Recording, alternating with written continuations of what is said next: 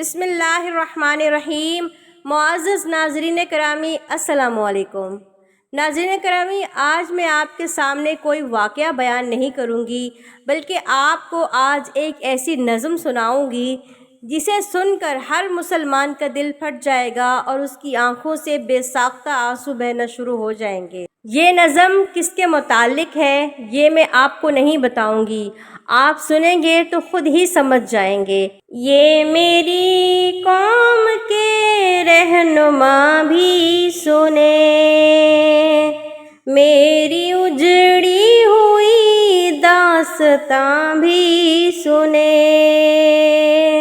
یہ میری قوم کے رہنما بھی سنے، میری اجڑی ہوئی داستاں بھی سنے۔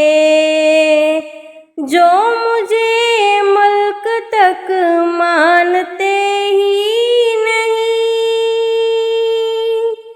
جو مجھے ملک تک مانتے ہی نہیں، ساری دنیا کے وہ حکمراں بھی سنے، ساری دنیا کے وہ حکمراں بھی سنے۔ صرف لاشیں ہی لاشیں میری گود میں، صرف لاشیں ہی لاشیں میری گود میں، کوئی پوچھے میں کیوں اتنا غمگین ہوں، میں فلسطین ہوں، میں فلسطین ہوں، میں فلسطین ہوں، میں فلسطین ہوں۔ آئے تھے ایک دن میرے گھر، آئے تھے، آئے تھے ایک دن میرے گھر، آئے تھے، دشمنوں کو بھی تنہا نظر آئے تھے، دشمنوں کو بھی تنہا نظر آئے تھے۔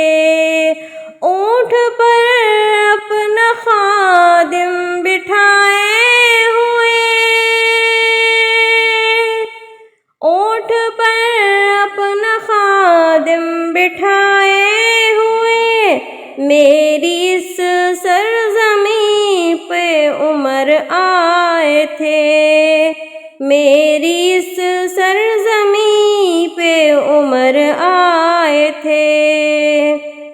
جس کی پرواز ہے آسمانوں تلک، جس کی پرواز ہے آسمانوں تلک، زخمی زخمی میں وہ ایک شاہین ہوں، میں فلسطین ہوں، میں فلسطین ہوں، میں فلسطین ہوں، میں فلسطین ہوں۔ ریت پر رب کا فرمان پلتا رہا، میرے دامن میں ایمان پلتا رہا، میرے دامن میں ایمان پلتا رہا۔ میرے بچے لڑے آخری سانس تک، میرے بچے لڑے آخری سانس تک، اور سینوں میں قرآن پلتا رہا، اور سینوں میں قرآن پلتا رہا۔